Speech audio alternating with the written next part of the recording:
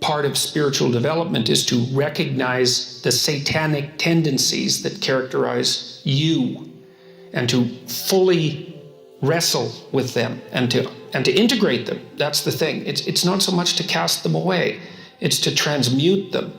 And you can see the difference between people who've done that and people who haven't, at least to some degree, because people who haven't integrated the shadow at all are naive. And you can tell that when you look at them, and you can tell that when you talk to them. And because they're naive, they're often resentful as well because they get taken advantage of. And someone who's integrated that more, they're dangerous.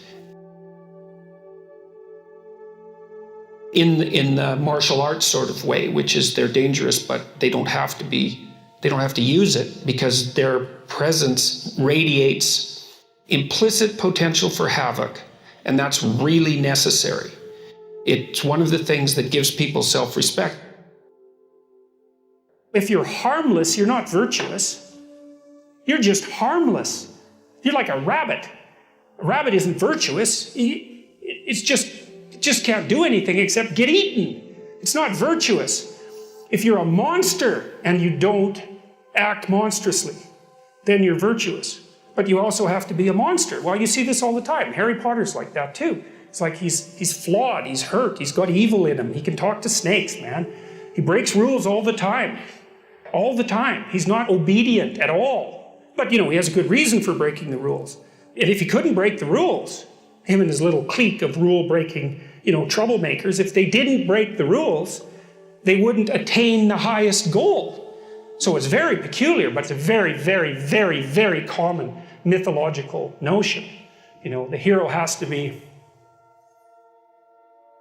a monster, but a controlled monster. Batman is like that, it's everywhere. It's the story you always hear. If you're going to be a fighter, you have to want to win.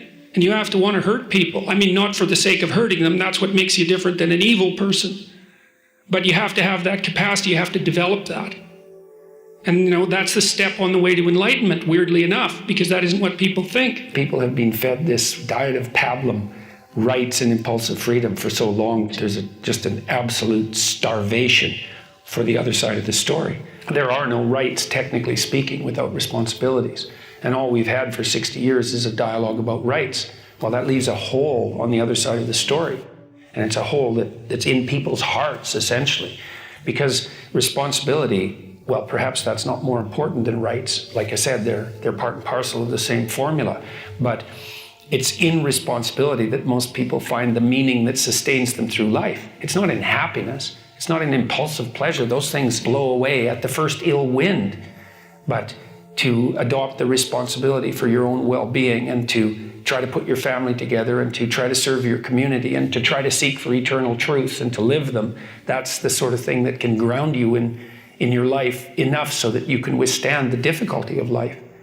And when you tell people that, especially when you include yourself in the audience, let's say, and you're not finger waving from above, then everyone knows that it's true. There's been this attempt to identify masculine competence and power, let's say, but mostly competence with tyranny. And that's very, very hard on young men. It's also hard on young women, for that matter. But it's very helpful for people to hear that they should make themselves competent and dangerous and take their proper place in the world, because it's the alternative to being weak.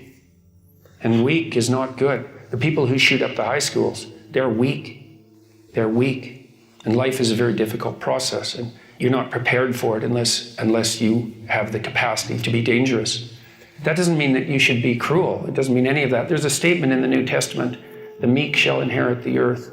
But the meek isn't well translated. It means something more like, those who have swords and know how to use them but keep them sheathed will inherit the world. That's a way better way of thinking about it. You have to be powerful and formidable and then peaceful, in that order, right? And that's not the same as being naive and weak and harmless, which is what young men are being encouraged to be. It's like, that's a very bad idea. It's a very bad idea. Because naive, weak, and harmless means that you can't withstand the tragedies of life. You can't bear any responsibility. You'll end up bitter. And when you get bitter, then you get dangerous. You don't treat adult men as if they're infants. But the young men really need to hear this more, I think, is that you should be a monster. Because everyone says, well, you should be harmless. virtuous. You shouldn't do anyone any harm. You should sheath your competitive instinct. You shouldn't try to win. You don't want to be too aggressive. You don't want to be too assertive. You want to take a back seat and all of that. It's like, no. Wrong. You should be a monster, an absolute monster, and then you should learn how to control it. Someone who is incapable of cruelty is a higher moral being than someone who is capable of cruelty. And I would say, and this follows Jung as well, that that's incorrect, and it's dangerously incorrect, because if you are not capable of cruelty, you are absolutely a victim to anyone who is. And so part of the reason that people go watch anti-heroes and villains is because there's a part of them crying out for the incorporation of the monster within them, which is what gives them strength of character and self-respect, because it's impossible to respect yourself until you grow teeth. And if you grow teeth, then you realize that you're somewhat dangerous, or maybe somewhat seriously dangerous, and then you might be more willing to demand that you treat yourself with respect and other people do the same thing. And so that doesn't mean that being cruel is better than not being cruel. What it means is that being able to be cruel and then not being cruel is better than not being able to be cruel. Because in the first case, you're nothing but weak and naive. And in the second case, you're dangerous, but you have it under control. And a lot of martial arts concentrate on exactly that as part of their philosophy of training. It's like, we're not training you to fight. We're training you to be peaceful and awake and avoid fights.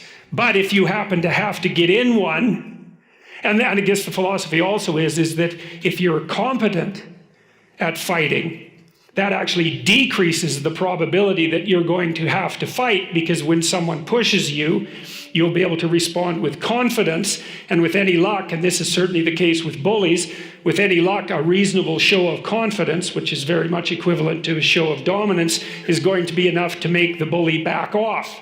And so the strength that you develop in your monstrousness is actually the best guarantee of peace.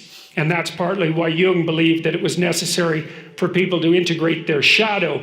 And he said that was a terrible thing for people to attempt, because the human shadow, which is all those things about yourself that you don't want to realize, reaches all the way to hell. And what he meant by that was, it's through an analysis of your own shadow that you can come to understand why other people are capable, and you as well, of the sorts of terrible atrocities that characterized, let's say, the 20th century.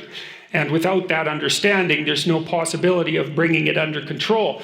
When you study Nazi Germany, for example, or you study the Soviet Union, particularly under Stalin, and you're asking yourself, well, what are these perpetrators like? Forget about the victims, let's talk about the perpetrators. The answer is, they're just like you. And if you don't know that, that just means that you don't know anything about people, including yourself. And then it also means that you have to discover why they're just like you. And believe me, that's no picnic. So that's enough to traumatize people, and that's partly why they don't do it. And it's also partly why the path to enlightenment and wisdom is seldom trod upon, because if it was all a matter of following your bliss and doing what made you happy, then everyone in the world would be a paragon of wisdom. But it's not that at all. It's a matter of facing the thing you least want to face